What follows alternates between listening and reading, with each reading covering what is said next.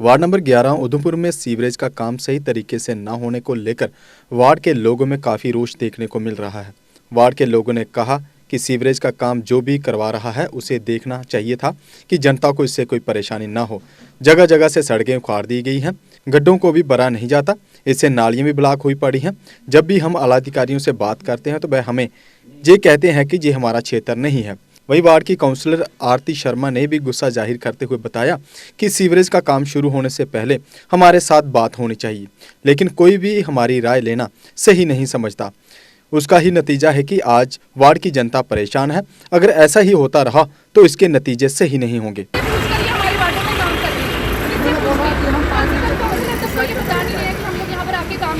Madam करें कि नहीं करें, आप हमें बताएं हम कहाँ से काम शुरू करें, किसके कहने पे हो। बुलाया मैंने उनके सुपरवाइजर को, अभी आप लोगों को आंसर देगा। आप लोग उससे पूछिए ये किस तरह से कनेक्टिविटी हो रही है। कल को यहाँ प्रॉब्लम क्रिएट होगी, पानी बंद हो जाएगा, सड़कों में जाएगा, बच्चे यहाँ से निकल रहे हैं। ये इन्होंने 8 दिन से ये मलबा सारा यहाँ रखा हुआ है। पिछली बार भी इन्होंने जब काम किया था ना, 1.5 महीना यहाँ पे जंप पड़ा रहा, 1.5 महीना 50 बार इनको फोन करके बावजूद मलबा नहीं उठाया गया। आज यहाँ ये मलबा जो गिरा हुआ है, स्कूल के बच्चे आते हैं, लोगों के पास गाड़ी इतने बड़ा काम लेगा, नेशनल हाईवे होने के बाद भी कोई दुर्घटना हो जाए, किसी बच्चे के साथ दुर्घटना हो जाए, इसका कौन जवाब देगा। देखिए, सीवरेज के से काम से तो हम शुरू से भी सेटिस्फाई नहीं है, वो आप लोगों को पता है। हमने काफ़ी बार मीडिया में ये बोला, हम अनसेटिस्फाइंग हैं। हमें पता नहीं चलता ये लोग किससे पूछकर किस वार्ड में काम शुरू कर देते हैं, किसी काउंसलर से ये परमिशन नहीं लेते हैं, बताया नहीं जाता कि हम किस गली का काम शुरू कर रहे हैं बिना पूछे। ये देखिए, ये 8 दिन पहले इन्होंने काम यहाँ पर किया है। मैंने तब भी जब यहाँ से लोगों ने मुझे बताया कि मैम यहाँ काम शुरू हो रहा है, उस टाइम मैं यहाँ नहीं थी, आउट ऑफ स्टेशन थी। मैंने फिर भी इनको बोला कि आप अपना कोई सुपरवाइजर यहाँ पर भेजिए, अगर लोगों को समझाइए, अगर वो सेटिस्फाई होते हैं तो आप काम करवाइए।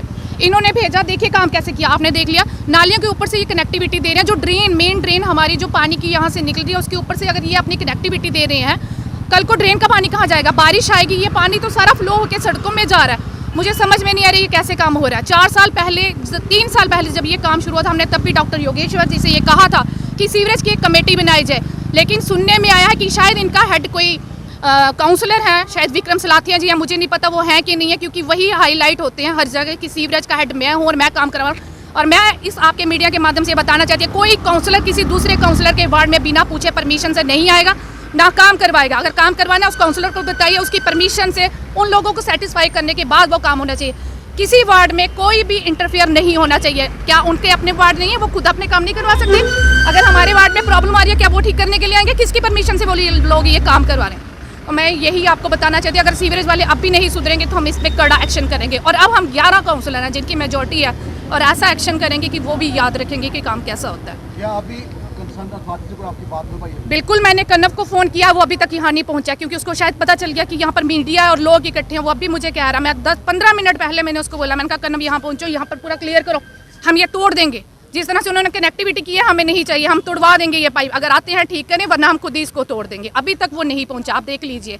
15-20 मिनट हो चुके हैं मुझे उसे कहते हुए, लेकिन वो शायद डर के मारे या हमें फेस नहीं कर रहा है, इसीलिए वो अभी तक पीछे है। तो मैं आपको यही बताना चाहती हूँ, अगर अब भी कोई एक्शन नहीं लिया गया तो हम अपने वार्डों में काम ही नहीं करने देंगे। कि ये जो सीवरेज वाले हैं, काउंसलर के बुलाने पर भी नहीं आते हैं, तो हम लोग भी जब इनको कभी फ़ोन करते हैं, या तो फ़ोन उठाया नहीं जाता, या कहते हैं ये मेरा एरिया नहीं है। तो इसलिए हम मोहल्ले वाले यही चाहते हैं कि जो भी ये काम करें उसको पूरा करें। ये क्या करते हैं कि कहीं पे अगर गड्ढे निकाले, गड्ढे छोड़ जाते हैं, और महीना हम इनके पीछे लगे रहते हैं, भाई इसको भरो या इसको यहाँ से उठाओ, लेकिन कोई नहीं सुनता है। तो उसके बाद दूसरी ये नालियाँ हैं, तो नालियाँ बंद रहती हैं, यहाँ से बच्चे स्कूल को जाते हैं, कभी पानी ऊपर से ओवरफ्लो हो रहा है, कभी कुछ हो रहा है। तो ये सारा सिस्टम जो है मेरे ख्याल में धर्म भरम हो गया जब से ये सीवरेज वालों ने ये काम शुरू किया। या तो ये जितना काम शुरू करें उसको पूरा करें, उसके बाद आगे हाथ डालें। ये क्या करते हैं, यहाँ तोड़ा, वहाँ तोड़ा, वहाँ छोड़ा, वहाँ छोड़ा, तो इनका यही काम है, कोई इनको पूछता नहीं है। ये और दिक्कत यही है कि आने जाने में दिक्कतें हैं, कहीं कोई गाड़ी ले जाने आने में दिक्कत होती है, 2 व्हीलर को दिक्कत होती है, बच्चों को दिक्कत होती है। आप मटेरियल देखो, 8 दिन से मटेरियल पड़ा रहता है, मटेरियल पूछता ही नहीं कोई भी इनको। Deshbhagat university Punjab, courses offered PhD, post graduate, under graduate, PG diploma, diploma certificate. Contact us for admissions.